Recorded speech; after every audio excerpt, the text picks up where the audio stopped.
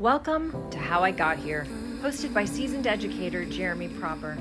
This is a podcast of conversations with his former students discussing their journey from middle school to where they are today. Guests highlight their successes and the life lessons learned along the way. And now let's welcome the host, Jeremy Proper. Welcome to How I Got Here with Mr. Proper. I'll be talking to former students who will tell their story of their personal journey from Mr. Proper's class, aka Club 128, to where they are now. Everyone has a different path to get to where they are now, and that path may just be the beginning to where they actually want to be.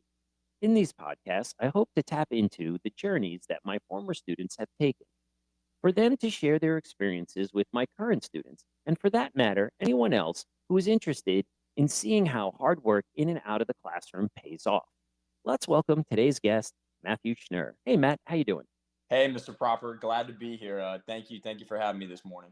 I'm so glad to have you as well because for those of you out there that don't know, if you take a moment and go to the gym, well, of course, you go to Don Estridge, you go to the gym and you look up, you will see the Schner name plastered all over the place. And I'm sure that there's something that's been dedicated to them or something else. They're a big part of early on Don Estridge history. So, we have like royalty here. So, Matt, what I want you to do is take a few minutes to briefly introduce yourself. Please include when you left the Don Estridge. Please take a few minutes to briefly introduce yourself. Please include when you left the Don and where you went to high school, then college, post-college, and what you're currently doing now. Yeah, so my name's Matt Schner. I'm from Boca Raton, Florida. I'm one of 5 Schners to graduate from Don Estridge. Incredible. I got 2 siblings that were there, an older brother and a younger sister, and then I have 2 cousins that also went there, Sam and Julia. And so we've had Don Estridge has been good to us. It was a great experience. All of us were there for 3 years, and that's a huge part of the journey. People like Mr. Proper being along for that ride is pretty awesome. And the big thing that goes along with the Schners is just their athletic prowess. All of them were amazing athletes.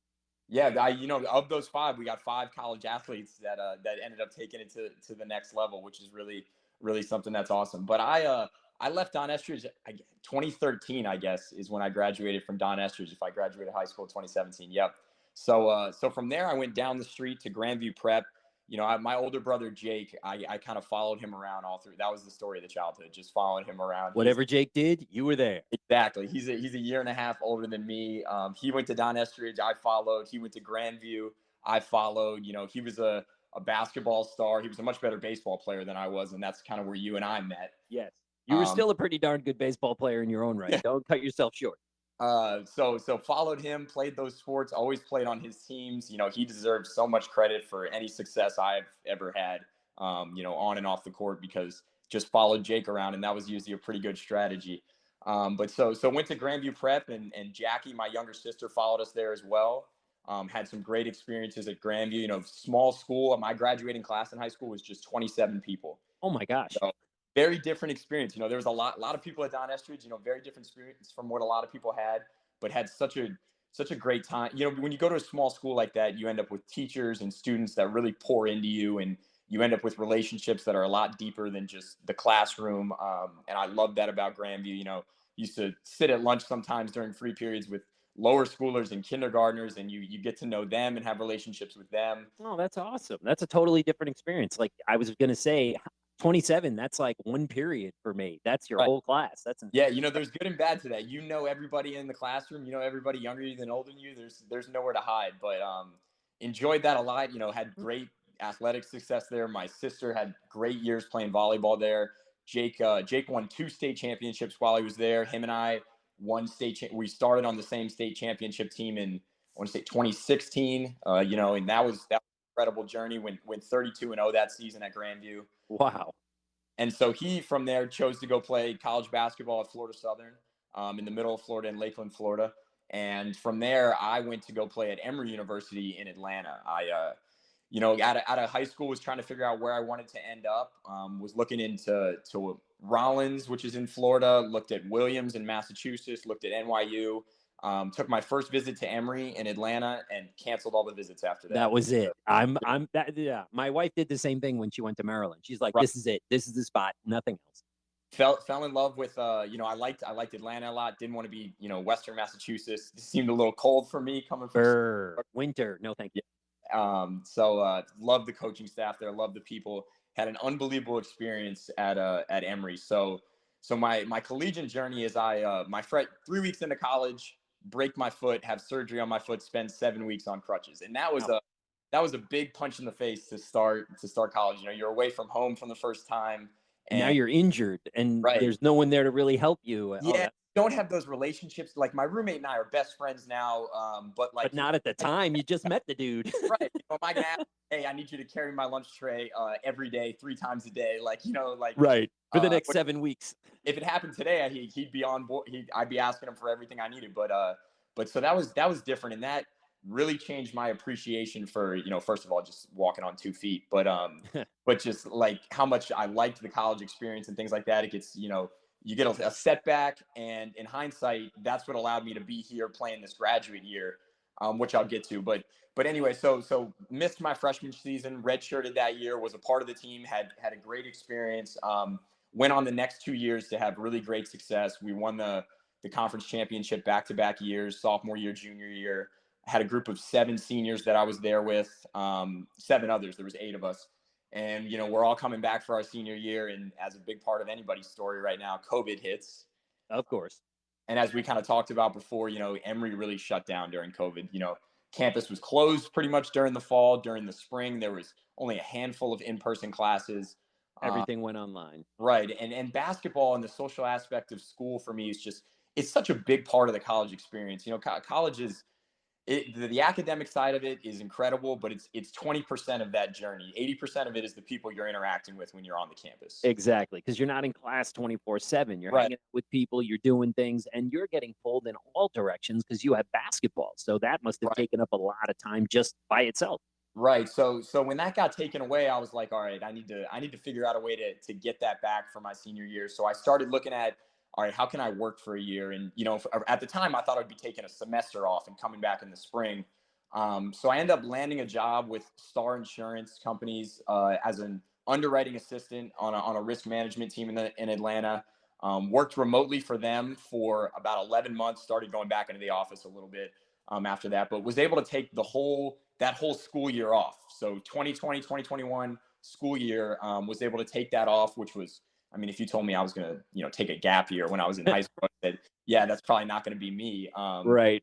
That's what ended up happening, and was able to come back the next fall and, have a close to normal senior year. We played basketball again. Campus was open. You're interacting with people, and just had an incredible year. We had a great year basketball wise.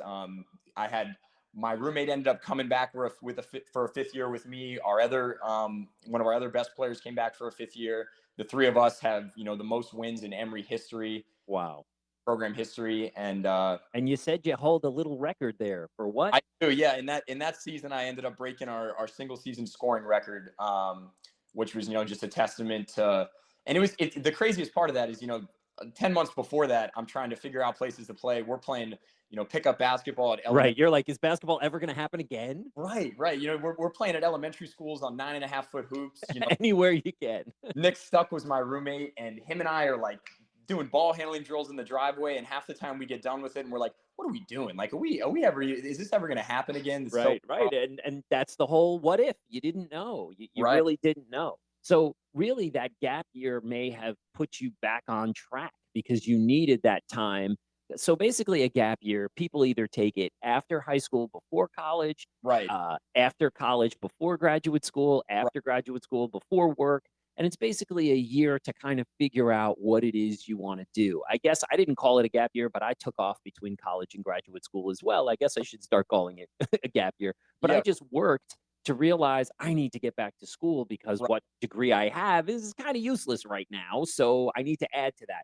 But for some people, it's to travel, to just give themselves a break. For those people that have, done high school and they were doing AP classes and then they went to college and they just need a break before whatever's next.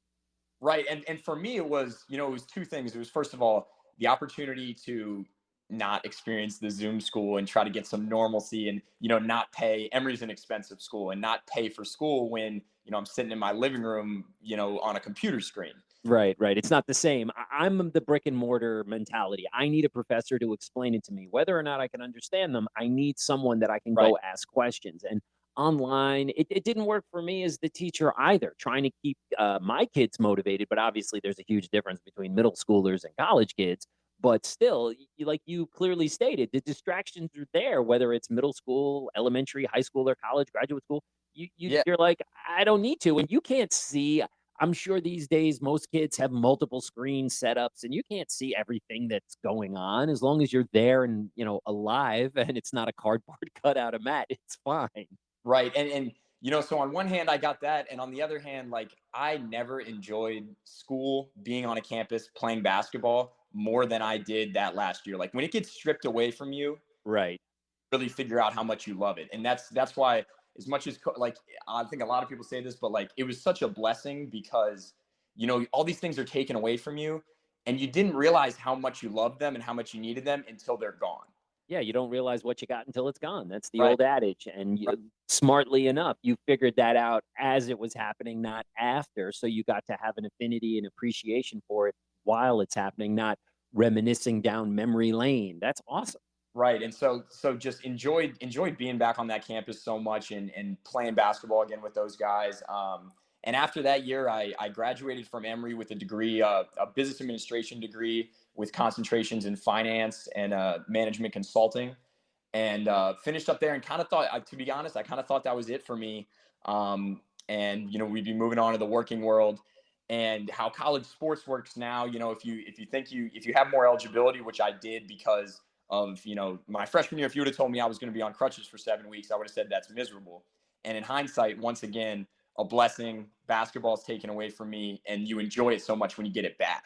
Right. It's a blessing in disguise because you Right. didn't think it was going to happen. And for you, from my knowledge, I don't think you'd ever been that injured playing No. sports before. So that must have been a real blow, gut punch, because you were always so healthy. You're always in such good shape. And all of a sudden now you can't perform pretty much anything. Yeah. So that must have been a new experience. And COVID taught me a lot too. Like, my identity, a lot of people, a big problem that a lot of guys, that especially at the level I'm at now, is their identity is connected to sports. It's connected to basketball. I'm a Right. basketball.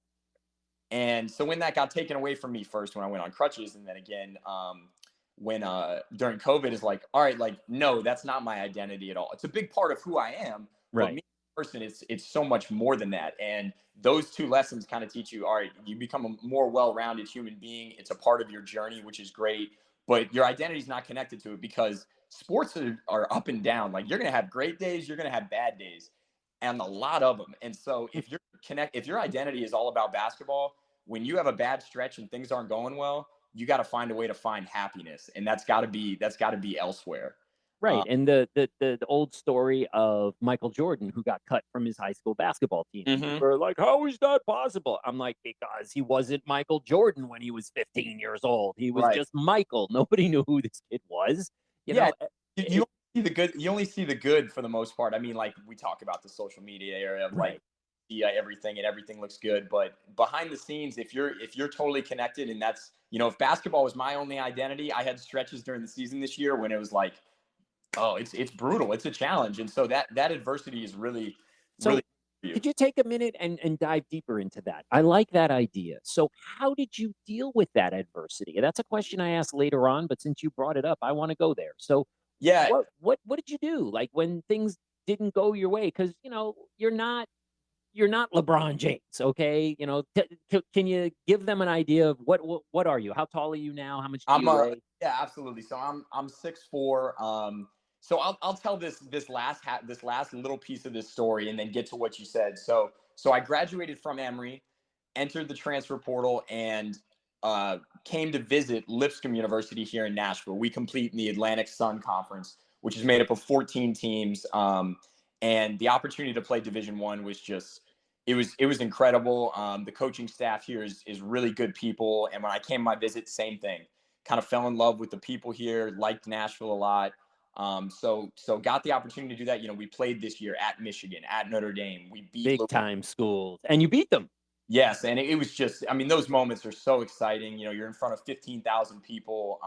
We had games this year. We beat Belmont, which is down the street, and people are rushing the court with Oh wow. people there. So just awesome moments. But those are the ups and downs. The Belmont game, you're rushing the court. Things are going great. 2 weeks later, I get sick at a portion of the year, miss like 3 or 4 practices in a row. We go on a little losing streak. We lose to Alabama A&M. We lose to Tennessee State. We're better than those teams. I'm not in those games. So now I get to the point where I'm talking about, what you asked about with the adversity, and I'm looking in the mirror like, hey, am I good enough to do this at this level? I mean, at Emory, I was taking the most shots on the team. I was one of the best players on the team. I was conference player of the year. And now I'm coming to Division I. I'm coming here and I'm playing an important role. But when things aren't going well, I'm spending just as much time on the bench as I was on the court. So you're not the focal point of the offense anymore. Right. So it's different. And that's all part of that journey. But for me, I looked in the mirror and I said, all right, what do I have to do? And the answer for me was, don't change a thing. Like trust your routine. Trust how, all that has to shift is your mindset. Right. Like it's me, I waking up in the morning at 6 a.m. and going to shoot for 2 hours in the morning before you start your day every day. Like if you don't do that now, don't start doing it when things go poorly. Right. Don't change it up. Keep on keeping on. Whatever worked in the past is going to keep working. Right. If you've had success in the way you do things, obviously there's always ways to change. There's ways to be better with it. But if you really have confidence in the way you do things and you think that you're doing them in a way that's going to help you have success, just stick the same and keep confidence in your mindset. You asked about like quotes and things like that have helped me. And a big one, I have a million that are from, Coach Zimmerman at Emory, who's one of my close friends. I have a lot from my dad, obviously. I have a lot from my high school coach, Coach Dawson, and then I have quite a few from my new coach here, Coach Acuff at Lipscomb. But Coach Z used to say, it's never as good as it seems. It's never as bad as it seems. Reality is somewhere in the middle. Exactly. And that goes both ways. When you're up on the mountain and everything's going well, like you got to remember, hey, I'm not too different than I was yesterday. And when things are not going well and you're at the bottom, it's the same mentality. Right. A valley could be right around the corner and I have to be ready for that. Right. So just, trying to stay, if you have a good routine, sticking with that and through the ups and downs of the season, just staying solid, not getting too up, not getting too down. And, I finished the season for Lipscomb really having some great games, had a great game in our last game against Kennesaw, played well in our conference tournament games before that in our last couple of games of the year. Down in Florida, got to play some college games down in Florida. Nice.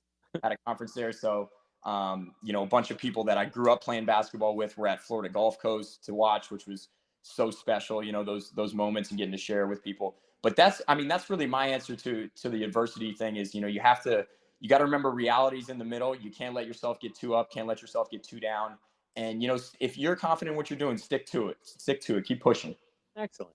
Well, that was a heck of an introduction. So first off, thank you so much for coming on and telling students about your life and your experiences. Yep. And man, you have had more than most, but you have made the most of your experiences. You were able to, unfortunately, use something that was a negative and turn it into a positive. You got hurt. And here, I'm sure as a young man, 18 years old, you'd never really been hurt before. And now all of a sudden you're sitting on the sidelines like, I got recruited to play, not recruited to sit here and watch. Right. Now all of a sudden you're realizing that was a blessing in disguise because you got a 5th year, you got to go to Lipscomb, you got to go get another degree. So you're basically using basketball to pay your way through your educational experiences, which with being one of 3, I'm sure your parents were like, yay. So they were super happy, but all of your siblings basically followed along on the same path. Right. And here you are realizing, okay, is this the end of the world? No, it's not. It's just a minor setback and we'll move forward. But like you said earlier, at 18, you really didn't know anybody. You just got into school. You didn't even know your own roommate. Here you are relying on the kindness literally of strangers. You didn't know these people at all, but they were kind enough because, I'm your roommate. Okay, this isn't going to last forever. But it turned out to be a positive, and that's amazing. Right. So hindsight is always 2020 in those things. When you're in the moment of it, Of course. I was not as positive as I am now. No, it's always rosier. It's easier to look back in the past. We romanticize everything, no matter how crappy it is at the time. In the future, you're like, I made it through it. It made me a better person. I'm okay with it. Right, right. So, on this huge educational journey that you've taken us on, from Don Estridge to going to this small private high school to going to this very elite college, how in the very beginning did you get inspired for learning? What was it that you can remember that lit that torch for Matt to go, I like learning? Yeah, I mean, there's several different jumps around the journey, around just the process of it, and it's as we talk about, like, I don't think teachers and coaches really realize the impact they had, because you got 6 different periods and you got 20, 30 kids in every single one of those. So you're seeing all these people every day and there's so many of them, but you don't realize, the teacher and the coach is commanding so much attention, and they really do have an incredible impact on the people they touch. And that's why Don Estridge is so special, because it's got those professors that really, they're great at what they do. They make the classroom engaging. For me, always throughout school, it wasn't about the subject I was studying that much. I mean, look, I liked math more than science. I liked history more than language arts, or things like that. But the professor is what drove how much I enjoyed the class. And so the teachers and professors that I've had great moments with, and if I start naming them, I know I'm going to leave people off, but like, No worries. inspires you to take some joy in that. And for me, a lot of that was connected to teachers, teachers like you who took an interest in me outside the classroom. A lot of that was connected to sports, but Right, right. For me, it was easy because you were on the team that I was coaching. So I got to see you more than just the hour a day. I got to see you 2 hours after school, 5 days a week. right, you get the so like Emory professors, I have 2 Emory professors that I still keep in touch with, and the reason I keep in touch with them is they're texting me after games. I play Kennesaw, and Dr. Eisen, who is one of my teachers, is coming to the game, and I'm leaving him tickets for that game. And that's really, when you have those connections with professors, that's what really excites the learning process and things like that. And in elementary school, you're kind of, I think you're too young to figure it out, and in middle school is really where that stuff kind of develops. It's such an important stage for kids, and that's why my family's so thankful for Don Estridge, because of what that school allows you to do athletically, socially, and then in the classroom. And so I think that's when I really started to enjoy the learning process. I like school. I've spent 6 years in college, even though I took the 1 year kind of sabbatical. And so being a lifelong learner is part of the things that keep you young. And I think it's those professors and those teachers that kind of bring that about. Yeah, it really makes a huge difference in your life when there's somebody who actually cares about your performance in the classroom. And it's funny because you made me remember, as everybody does when I have an interview, I remember things that I haven't thought about in forever. Mm-hmm. And I keep, I don't know why I'm a pack rat. If you remember the grotesque that was my closets, they haven't gotten any better. Yeah. And I have tried to organize a little bit. I'm sure there are people out there listening laughing, but I kept and I keep all of the cards that I've ever been given by a kid for teacher appreciation, for the holidays, even kids who go out of their way and give me a birthday card. And I Right. keep all those. Right. And I have them in a box, and every once in a while I pull them out and I start reading them to help me remember and think, okay, yes, I still have made all these differences in all these people's lives. And you're correct. I've actually even started to take more recent ones and put them on the wall next to my desk. So if I'm having a down day, I Yep. can look at it. And what's even crazier is, on that down day, it happens more often than not. Out of the blue, I'll get an email from a kid that I haven't heard from in forever, whether they just be in high school, college, or they've already graduated. I just wanted to say thank you. And it's those little things, that's what keeps you going, because this is not the pay for performance job. Like, you're not Right. getting any extra because, Matty goes to Emory, woohoo, Proper's going to get a bonus. It Right. doesn't happen that way. Right. So when you get those things, or even better, you have the kid who was, the Turdley McTurd kid who just wanted to be seen, just wanted to be difficult, and they come back and they apologize and they realize what they've done. Now, sometimes it's as fast as ninth grade because they realize what happened. Yep. Sometimes it's high school. Sometimes it's college. But usually they come back and they're like, I really understand what it is that you were trying to do for me. And I was my own impediment. It wasn't you. You were trying to guide me. And those are the things that you live for as a teacher when the kids finally get it and they understand I'm a help, not a hindrance. Yeah, no, the roles that you play in the aha moments, wherever they come, look, as you said, sometimes they come at 15, sometimes they come at 20, sometimes they come at 40. But you play a role in helping them get to that. And speaking of aha moments, you literally read my question. What was yours? Do you have one that sticks out, or maybe multiple because of this journey you've been on? You seem to have had a few, probably. Yeah, I mean, I think there's definitely a couple. I don't know if I have one that sticks out, but for me, I live in a house where Jake and I, my older brother and I, shared a room all our lives. I don't know if he's ever had his own room in his life. Now that I think about it, Wow. he's always had a roommate. Of some sort, right? Of some sort, yeah, which is great. And nobody spent any time in their room as kids. Like, we are on living on top of each other of how the house works. And so going to college, like, the independent part of that it hit me in the face. Yes, because he wasn't there. I always, Right, to be honest, I always wondered how you would deal with that, to be perfectly honest, because you right, guys were like inseparable. You were right, always, right. you were on the basketball team, and then you were on the baseball team, and then, you were always at practice, and then you had your travel teams, and it was like you guys were inseparable. You were literally twins separated by a year and a half. Right. No, exactly. And my dad and mom are so involved. I speak to my dad 3 or 4 times on the phone every day, and most of the time they're 30-second calls. Hey, what are you doing? Right. It's nothing big. It's just a check in. Yeah, I mean, I got to silence my phone right now. He's probably be calling me. He's probably like, "Why aren't you answering my phone call?" For sure. And so that was so different for me. But that's an aha moment of like, okay, like, all of my decisions are my decisions now.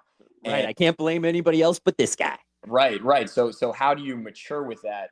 And I think first and that's why, I was close to going to college, near home. And getting away for me was just such a growth experience. It's such a maturing experience to be just surrounded by people your age on a college campus, and you're meeting new people. And as I said, like, there's nobody telling you to do this or do that. Everything you do is because you genuinely want to do that or feel you should be doing that. And it's And all about trust too, because your parents basically gave you the keys to your own life and just said, "Don't screw it up." And they're right, like, "Here you go." right. And you were like, wait, but where's my brother? I did everything with him. And where's my dad? He was my rock. And now all of a sudden it's all about Matt. That's what college does. And I agree with you 100% that everyone needs to go at least 6 to 8 hours away from home. Yeah. It could be in the same state if you have a state like Florida, but you need to be 6 or 8 hours from home, where you can't just be like, "Oh my God, this sucks. I have to go home now." Like, I never understood when I went to college. I went to a small Pennsylvania state school, but it was still, in my opinion, a commuter college. The kids went home on the weekends. I'm like, why are you even here? Like, this doesn't make any sense. College is supposed to be, you live here, everybody's here, and this is what we do. No, on the weekends, everybody went home. But the positive was, then they started taking me home because they realized, "Oh, you're from New Jersey. You're not going to go home because it takes you 8 hours to get home." Yeah, I'm not going to drive 8 hours to go home for the weekend when it takes you 45 minutes. Right. So, but that's, like you said, that's when you make those friends, and those are people that are going to be your lifelongers. Like, I made a lot of friends with people who were out of staters, and those became my friends because you find that group that fits and sits in your comfort zone.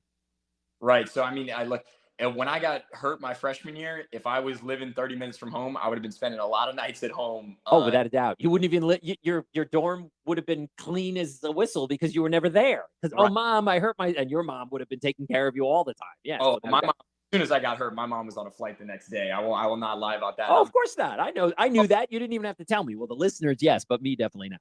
Yeah. But that's what I love about her.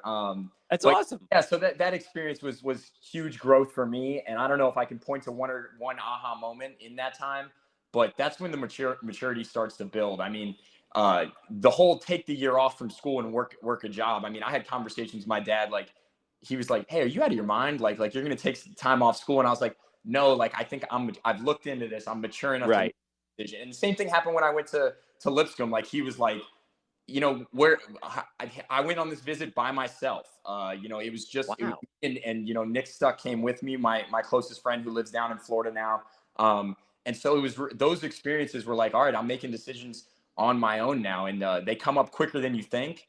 But I've been incredibly blessed that a lot of them have been good decisions, I think, and have worked out really well. And a lot of that is luck, but some of that is just, the experiences I've had that have matured me to help me do that. For sure. You just made me remember something I haven't thought about since I was in high school. I don't know if this is just a New Jersey thing or maybe even the town that I grew up in, but when you're a senior, they gave you 4 excused days to go look at universities, Uh-huh. at colleges. So basically, if you decided, like you going to Emory, you didn't get marked absent and it was an excused absence because you're obviously doing that. And oh my God, my buddies and I took full advantage of that. We're Oh, like, how far can we drive in one day to go look at universities? We went all the way from New Jersey to Delaware once, and we went to the University of Delaware. right. And the only reason my buddy wanted to go there is because the girls to guys ratio was one of the highest in the country. I think it was like 60% girls to 40% guys. And I'm like, that's good enough reason to drive to Delaware. Let's go. And 60% girls, I gotta have a shot. Come on. I gotta. Yeah, really. There's something's gonna work out here. I'm gonna meet someone. Right. Exactly. So if you could turn back time and tell your 8th grade Matt self something, a little advice, what would you tell them?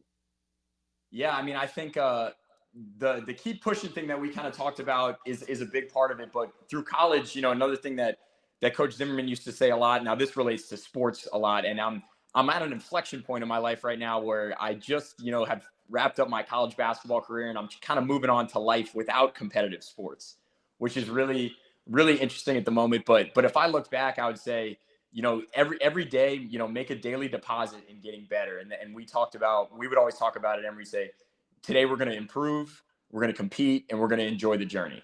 I And love we that. I doing love that. that. That's really good. And the compete part of it is a little different now, but the message, is really there, that if you really enjoy what you're doing, enjoying that journey, like that's the mission, and get a little bit better at what you're doing. And the eighth grade is a tough time. I mean, you're sixth, seventh, and eighth grade are some interesting years. For sure. And so I would say that to myself, that every day that you're up on and off the court with the people around you, because when you're competing in whatever you do, the people around you make you better at what you're doing. But I just have this feeling, for knowing you all this time, that compete fire is never going away. You're just going to refocus it in another direction. It's absolutely.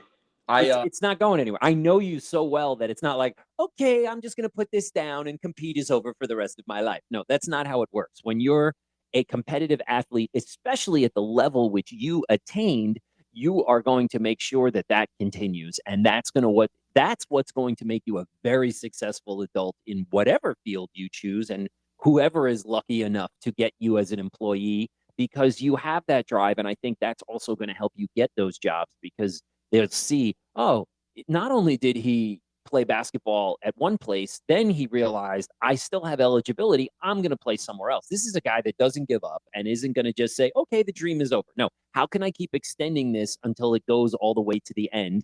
And now you have more time to do the same, compete, which is what's going to make you extremely successful in this man's opinion. Right. I appreciate those words. That's a lot, but I really appreciate that. But no, please. My pleasure. Find a way to compete, improve every day, enjoy the journey. I like that a lot. So what then was your most challenging educational experience, and how did you overcome that challenge? Was there something that stands out to you that you were like, that physics class, or whatever? Like you said, math versus science. Right. Obviously we've talked probably enough about the struggles of COVID during that time. So right. I'll pass on from that one, even that's a big one. But, some of the hardest classes that I've taken at Emory that's where I learned the most. And also, that's where I enjoy my relationships with the professors. When you're in the middle of it, business law was a really tough class that I took. Oh, I love business law. That was one of my favorite classes. Yeah, no, look, it's a great class. I enjoyed it a lot. But it was tough. Spend a lot of hours working in that class. Yeah, it was tough. Yeah, it was. I just loved it because it went along with my history degree, and it was like one of those, it counts for what I have to take, and I was pleasantly surprised at how much I enjoyed it. Right. So that professor, Allison Burdett, she's another one who we used to sit behind the bench at the Emory games, and you could hear her screaming. So that was, you'd walk in class, Nick and I sat next to each other in class, and after losses, we'd walk into class, and right in front of the whole class, she's saying, "Come on, what happened on Friday?" That's what you need. Yeah. Getting ribbed by the professor as you're walking into class. Oh God, that sounds great. But yeah, that was a really tough one that I grew a lot from. And then I took some private equity classes where most of the stuff the professor said went way over my head, and I'm scrambling after class trying to figure out what he's talking about. So did you have to like get a tutor, or were you constantly like me when I didn't get a class? I was literally a fixture in the professor's office on the daily. Yeah, so a little bit of that, and a little bit of like, you got to get the person next to you and talk with them. It's all about interacting with the peers that are next to you. So I mean, for that private equity class, it was, the people next to me were either saying, "Hey, I'm just as confused as you are." Well, it's always good when you hear that, because then it's like, okay, whew, I'm Yeah. not the dummy. I'm not the only one that doesn't get this, because most people are like not raising the whole class doesn't raise their hand going, "Oh, what was that?" Yeah. So a little bit of that, and then a little bit of, you seeing people and they're like, "Oh no, I understand this concept." Like, people are they love to teach, for the most part. They're genuinely good people at Emory, and so learning a lot from your peers is a big deal. And the professors want that. They don't want you sitting next to them while you're taking tests, for sure. But that's exactly what they want, and that's the environment that they're trying to create is learn off of each other. And in those classes, that was big. And in every tough class I took at Emory, that was big. Well, you need interpersonal skills in life. And we were talking about that in the beginning, before we started, about how people are great online, but then in person, they're like all thumbs, like, blah, blah. I don't know what to say. I don't know what to do. Right. And it's such a special characteristic to have in a young person like yourself. But also, let's be honest. I mean, you were on a really good basketball team for most of your life. Were you were probably prepared for these things with interviews and people constantly asking you questions in newspapers and people wanting to know your opinions on things. So you were probably thrust into the limelight and having to do that as a reaction to basketball. So again, these are more things that maybe you haven't even realized that are preparing you for being able to be successful and to do all these things. So I think that basketball has probably opened up doors and your eyes and your abilities that maybe even more than the college classes did, because of the other aspects of what it provided. Yeah, absolutely. I mean, when you're playing a sport, and you're in front of a lot of people, if it gets easier for you to get up and speak in front of people in those settings, because it's just like, you're performing in front of people. There's pressure that's involved in that. There's nerves that's involved in that. And that's why I hope that everyone, I hope my kids get into sports or music or something like that where they have to perform in front of people. You said something a while ago that I just remembered now, which blew my mind.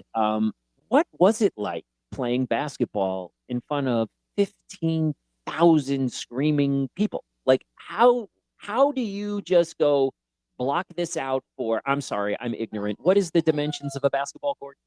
94 feet. I mean, 94 feet by something. I don't know what the sidelines are, but is it 94 feet from baseline to baseline? So how do you just keep it within that 94 feet and then block out the 15,000 people who are screaming for you, against you, or just at you? Yeah, in the big ones this year, they were definitely screaming against us, at Michigan, but that's all part of the fun of it. You really just have to smile at it. I've had plenty of times this year and a lot of times in previous years where you got people sitting behind the bench heckling you. You miss shots, you come back to the bench, they're letting you have it. They're telling you that that you missed for sure, and they're letting you know. Oh, you see, because it reminds me of I, when it comes to the students, I have a really hard time saying no. Right. I've been in performances that the kids have put on through the drama class, and Yeah. one year, I don't know if you were there or not. Were you there when we put together like kind of a rock band with the teachers? No, I don't think I think I missed that one. Okay, maybe Jake was there. So anyway, Mr. McCurdy, the assistant principal who was there a long time ago, was like, "Hey, I'd like to put together a rock band. I heard you play guitar." I'm like, "Yeah, I kind of play a crappy guitar." He's like, "I don't care. I just need people." I'm like, "Okay, okay." And somehow he wound up talking us into doing. Remember those end of semester? Yeah. We had those huge pep rallies Up in the gym. in the All right, gym. I got to hear who else is in the band. Is Bender in there with you? No, no. So it was Mr. McCurdy. Do you remember Mr. Patak? He was Yeah. another social studies teacher. Yes. It was the Spanish teacher. He's gonna kill me. Aaron Such, um, and myself. Uh, And so I had never performed in front of people before, like not more than a handful. I mhm. didn't realize that there's 1,250 students that go to Don Estridge, and there's 120 teachers plus all these other people. So the first time I actually performed musically in front of people, there was like 15 to 1,700 people there. Yeah, it's a rush. Yeah, it really was. And like you look out and you're like, I know how many people are there because it wasn't my first rodeo. You know, I've been out there before. You know, Bender would get me to do silly things, as you remember from the pep rallies and Oh, of whatnot. course. And I was like, but I wasn't used to being the focal point. I was just crazy, you know. And that's why when you said 15,000, I was like, oh my god, I would be like, I guess you're just in the moment and the game is going on and you're just doing you. You're just doing what you've been practicing your whole life for. Right. And it's all about, falling back on your training. I mean, I've taken, I don't know how many threes or shots in my life, that my dad has rebounded for me hours and hours. And, you spend all those hours for just a pretty small period of time relative to it in game time that you're trying to perform from. But in those moments, like, look, the first minute I got in the game at Michigan, like, I'm nervous. Like, Of there's course. people screaming. I'm nervous. There's NBA players playing against us on the court, future NBA players, and it can be nerve And wracking. this isn't the first time you've played at this level. You've Right, just never played a team like this before. right. But you're 30. You get 30 seconds in though. You get one possession behind you. In the Michigan game, the first shot I took fell. Then it was like, okay, all right, all right. Now I All right, got I'm good. I'm good. ground. The ball still goes in the hoop. It doesn't matter who I'm playing. Yeah, the ball is still circular. It still bounces. And the rims, Right. I'm just playing a huge team right now. And I guess you have to put that past you, but that's sports. You know, it's all a mindset and you'll have to have the right mindset. And you have to not fold like a house of cards. You have to be able to be strong. It's I think sports are so much more of a mental game than a physical game. What was it? Yogi Berra said that Yep. it was like, 90% physical and 90% mental. And it's amazing because people don't realize the mental aspect of the game. Like you said, you're out there dishing out those threes forever with pops at home, and now all of a sudden here you're playing Michigan. Yeah, yeah. No, and it was there was definitely moments this year where I looked up in those moments and I'm like, wow, like this is incredible. Like it's so exciting. I know my parents came to Notre Dame this year and those moments were really special for them. But in those moments, like you gotta take it in because it is exciting, it is great. But you have to just fall back on, hey, I've done this a million times. Like I have confidence in myself, I belong here, all those. Being in front of 15,000 fans, you said that you were able to just block it all. Is this an acquired thing? Is this something that maybe you didn't even realize you built up over time? Because again, you're starting on the small court at Don Estridge, and then you're moving to Grandview, and then you're moving to Emory. Is that something that like perpetuates? And then, like I said, when you got to Michigan, you were like, okay, I was able to just focus. That one went in, and then off and run. Right. I mean, confidence is everything in those moments. And like it's everything in life and in a lot of situations. It's confidence is everything when you're trying to talk to women, when you're trying to get a job, when you're trying to win a basketball game, whatever that is. Buy a car, whatever it is, anything where Whatever you it need is. to show I know what I'm talking about. Right. And so I'm not saying I've always been confident in those moments because I definitely haven't. But the more you do it, the more you have success. When you have success doing things like I had success at Don Estridge, I had some success at Grandview, I had some really great success at Emory. And so when you build on that, it just builds confidence for you. And that's, it definitely took me a couple games to be here at Lipscomb and say, hey, no, I belong at this level. Like I'm good enough to be around these guys. I'm undersized for the position I'm playing. I'm definitely not as athletic as these guys out here. But I can contribute to this team quite a bit and help us win games. And that carries forward, beyond sports. And that's my journey right now of carrying that confidence into everything else I do with my first job and the people I'm meeting and making friends, meeting people, all those kind of things. Now, you keep saying it, and there's this one question that's burning in my mind. Mhm. Did you feel like the old man on the team Oh, comparatively? yeah. So I'm 23. I'm about to turn 24 this summer. And we have 18-year-olds on our team, Right. obviously. We have freshmen. And Right out of yeah, high school. that's kind of my nickname on the team was Old Man, I think. Nice. I had one other grad student with me, Asana Sajala, and he is actually a little bit older than I am, but he's also a 6th year. So him and I were the old men on the team.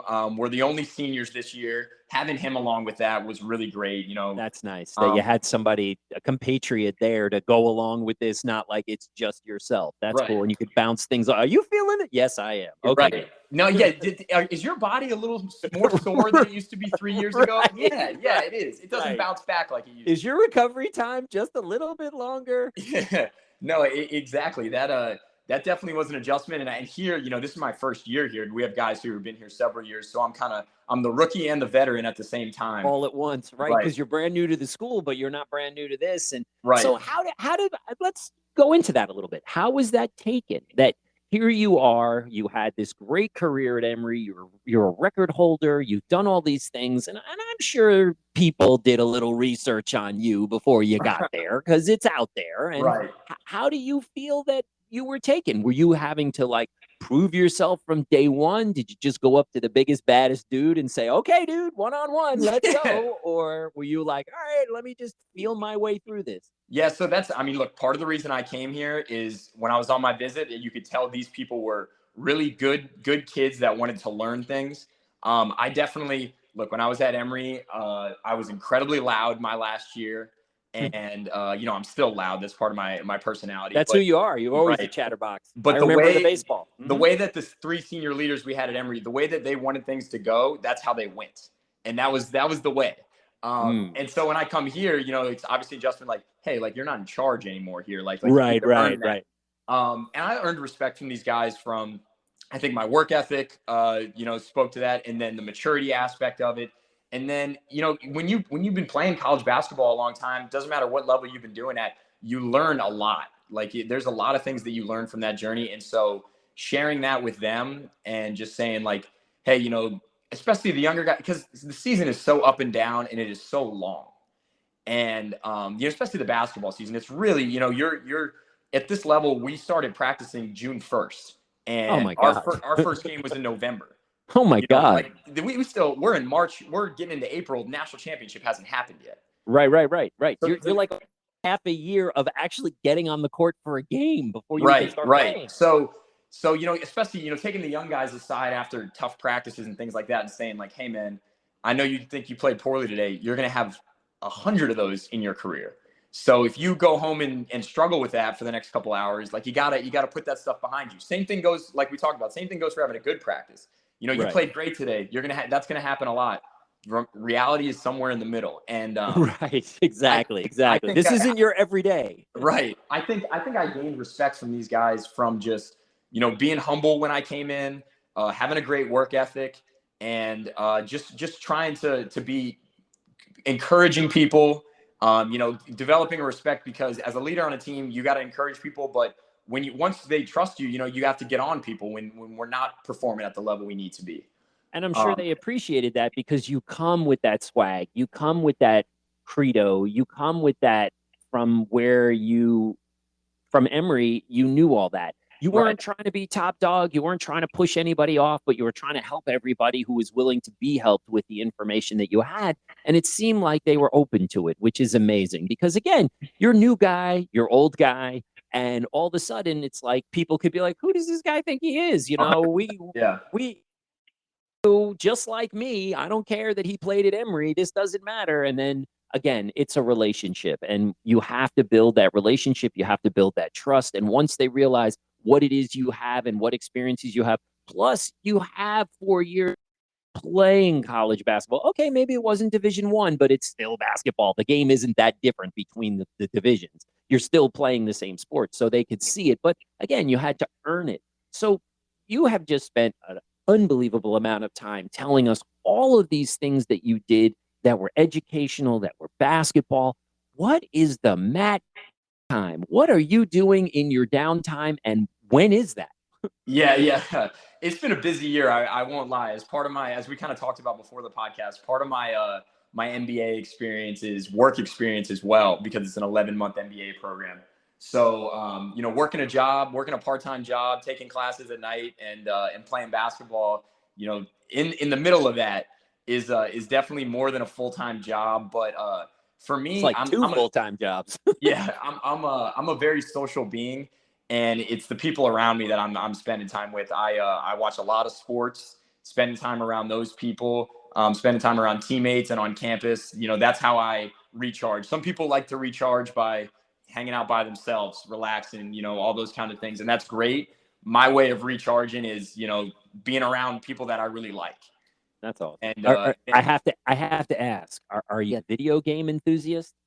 I used to play. I mean, everyone plays in college when you're around people, but I've never really played video games by myself a whole lot. Like I haven't, Oh. I that's been like a social thing with me. Like when we lived in a dorm together, sophomore year, where all of us lived down the hall from each other, all of our closest friends, which was incredible. That was so much fun at Emory. But we had three different rooms between the six of us. None of our doors, I don't think, were ever locked. That's college. You just came in and opened the door and you're like, oh, hey, who's hanging out in here? Oh, nobody. Right. Go to the next room. And then you find the group, and that's where you were hanging out.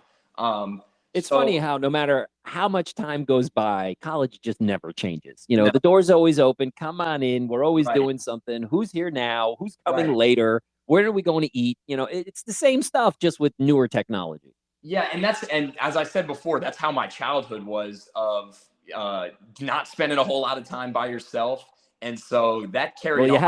You have two siblings and two close cousins that didn't live too far away. You have a giant family, so there is no Matty alone time. Yeah, no, there's not a whole lot of that. So, but that's how I recharge, is just spending time around those people. And you got to get away from basketball and work and school for a little bit, and talk about not those things. Talk about whatever else you're enjoying, what movies you're watching, what's going on downtown, all those kind of things. So that for me is kind of how I have my me time. Okay, so that's pretty awesome. So what, in your opinion, if you can remember, is there a big change? Well, obviously you said you went from Don Estridge, which had 1,250 kids, to a school that 7. So what was that biggest change or difference between high school and middle school? These kids, because remember, they're on the precipice. They're just about to leave middle school, but they don't in front of them. They know it's high school, but they don't know what that really means. Could you take a moment to try to explain to them what it was your experience and what that meant to you? Yeah, well, I can't say enough about how much having Jake as an older brother has made my life easier, because he, as I said before, I followed him pretty much exclusively until we went to separate colleges. He's out there with the machete clearing the way, and you're like, okay, I'll just follow along. I'm just following behind. And you know what? My parents got incredibly lucky with him.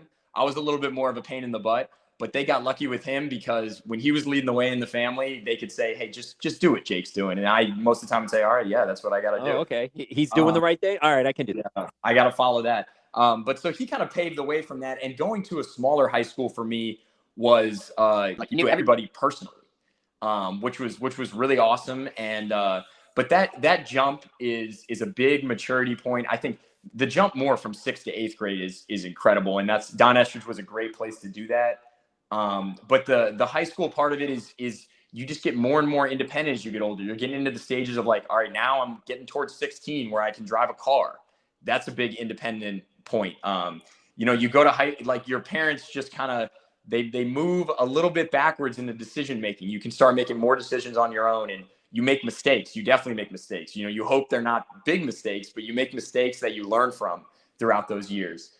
And so, what advice I would have for people going through that is, first of all, find people around you that are role models for you, whether they're older than you, whether they're in your grade, like just really good friends. Your best friend who's the same age as you can also be a role model.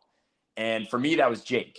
And so finding those people when you're going through that, is really great. Sharing those experiences with people, and then don't make the big mistakes. Don't get a big tattoo on your back and have to deal with that later. Or Mike Tyson on your face. Yeah. Don't go do that.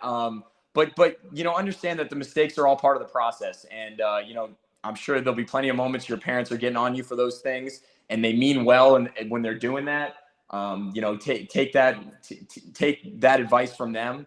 But spend time around those role models, learn from them, and listen. Your teachers, when they have things to say to you, and your coaches, like take that in, listen to that, enjoy those moments. It goes by really quickly. I mean, I feel like I was in your classroom yesterday, and now it does, doesn't it? God, it's hard to believe it's been 10 years. It's been 10 years. Yeah, it's unbelievable. It goes by quickly. So enjoy those moments, and that includes the bad ones. Like the good and the bad, it's all part of the journey. If everything was good all the time, then nothing would be good. Everything would just be average. So the good and bad is all part of that journey. Well, that's awesome, man. I really appreciate you sharing those experiences.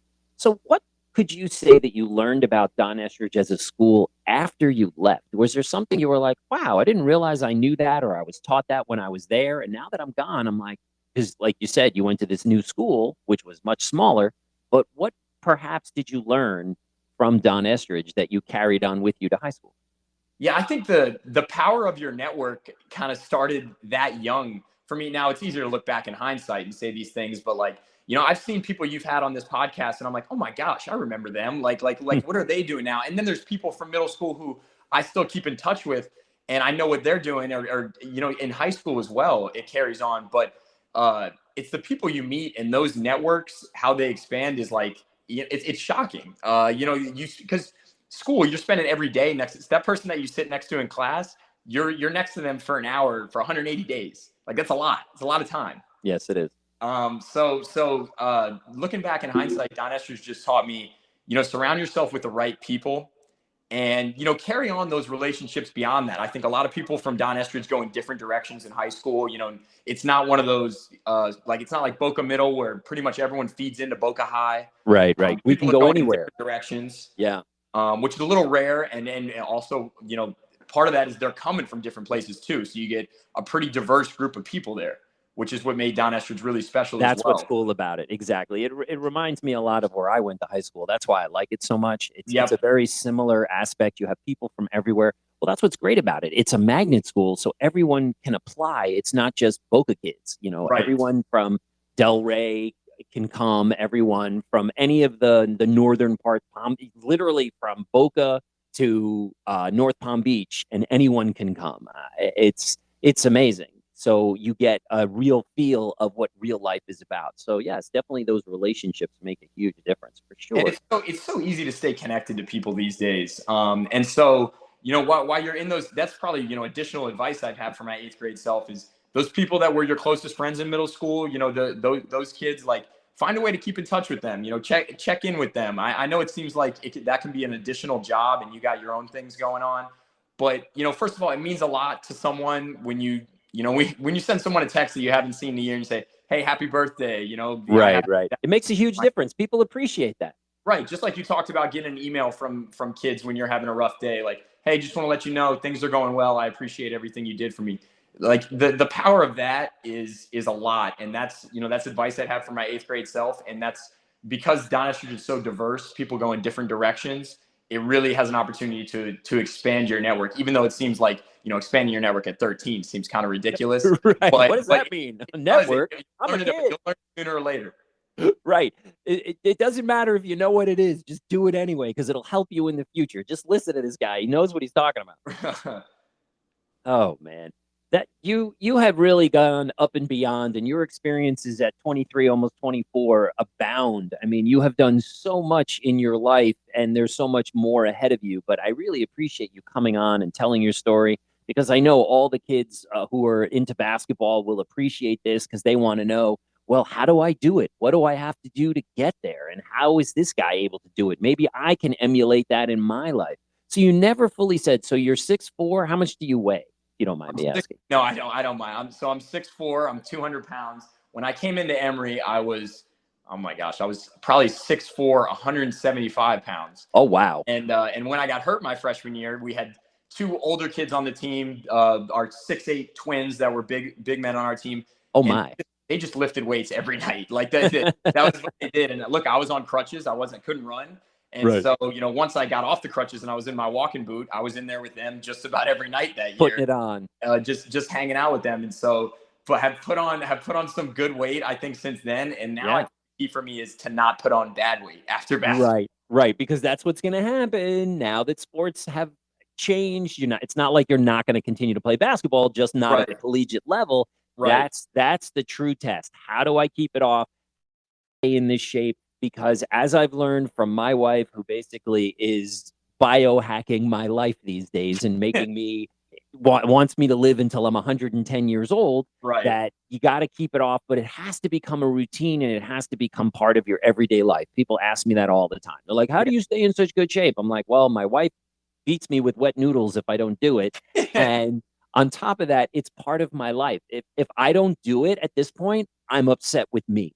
And that's why it's important. So I don't think for you it'll be as hard. The only difference is when you're young and breaking into whatever career it is you're doing, you just don't have that mass amount of time anymore because let's face it, training is basically for you playing basketball. That was you were doing it all the time. And now that that's going to be taken away, that's going to be a little bit different, but I'm sure you'll fill it with something else and you'll find another way. I'm sure either through the company or through a fitness club or something, they'll have some kind of basketball and, you can go there and just wipe the court with these people. And they're like, wait, did you play college basketball? Yeah. Which college would you like?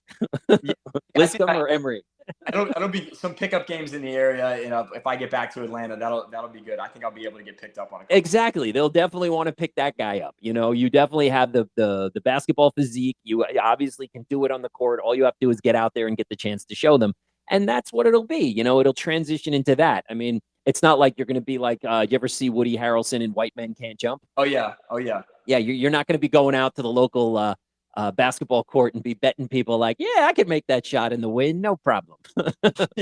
Yeah. I mean, that's really the next step for me now is like, what's the routine after basketball? Consider the prospect of going to Europe to play professionally.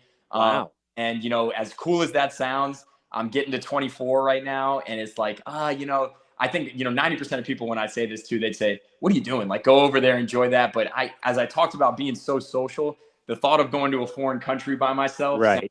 They're going to stick you in Spain. You don't really know Spanish. It's going to be a little bit of it's total culture shock. Right. If you could luck out and go to an English speaking nation and play, perhaps, but the language barrier becomes a problem, like you said, the friend issue, and that's far to go. And your parents love you and follow you your whole career, but how often do you think they're coming to Europe?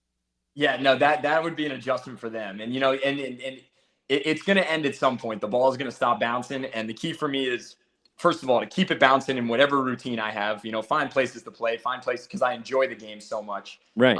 That's the next stage is finding the routine, figuring out where I want to be, who I want to surround myself with, and, what I want my life after college basketball to look like. And that's what I love, your positivity. It's coming to an end, but you're not bitter. You're not angry. You're not like, oh, man, now what? You're just trying to figure out what's next and be positive. And that's who you are. You've always been a very positive person. And that's why I was drawn to you, because you were always happy. Like you said, you're yelling and screaming at the bench and you were just this enthusiastic kid. But what was even more impressive was you could back it up on the field. That when you would talk a great game, but then you'd get out there and play a great game. And there's not a lot of people that do that. Some people are all mouth and they got nothing to show. You talk the talk and you walk the walk. So nobody could take that away from you. And that was something I was drawn to and I really appreciated. You were definitely more vocal than your brother. Your brother was a doer. You were like a doer and a shower. You're like, I'm going to do it, but I'm going to tell you too. And your brother was just kind of like, yeah, I'm just going to get out there and just whack the crap out of the ball and run the bases. And that was him. He was just more like a bash brother and you were more finesse. And I don't know. I was just drawn to that because I saw a lot of me in you. And that's why I think we connected. But yeah, I can't wait to see what the next part of this journey is, because I'm sure, as everything else, it's going to be fantastic. Right. Yeah. Maybe, a couple of years down the road, we'll get to do a part 2 and see how different. Yeah, I'd love to. I'd love to add to that. I'd love to see what's next. So again, thank you so much for coming on the podcast today, and it's greatly appreciated. I love to end the podcast the exact same way because almost not all, but almost all of my interviewees were from Don Estridge. So the last question is, who was Don Estridge? Do you remember? Oh, I do remember. Don Estridge is he invented the personal computer. He's the father of the personal computer at IBM. Congratulations. Tell him what he's won, Johnny. Another episode of the podcast. Yes, exactly. He invented the personal computer right there at Don Estridge. And as I always love to say, we have Don Estridge's personal computer, not the one that he first invented, just the one that he used. The family, when they found out that we were naming the school after him, were so touched that they actually gave us his personal computer, and it sits in the front office in a glass case. So again, thank you so much for coming on the podcast and telling your story. I know it's going to help so many young kids to get a better idea of what it is they need to do to get to what it is that they want to do. And I think that is where the disconnect is. People just don't understand it. And by hearing stories like yours, it helps people to understand it so much better. And again, thank you so much. I greatly appreciate it. Yeah, thanks for having me, Mr. Proper. I really I appreciate all the kind words that you had, and appreciate everything you've done in helping me in my journey. And I hope we'll stay in touch and maybe we'll do this again soon. For sure. Thank you so much, and have a great day. Thank you for listening to How I Got Here podcast with Mr. Proper. Music provided by Miss Mata. Thank you to Patty Fernandez for the introduction. Thank you to Seth Proper for logistics and behind-the-scenes production. Join us next time for another episode of How I Got Here and more stories of former students and their journey.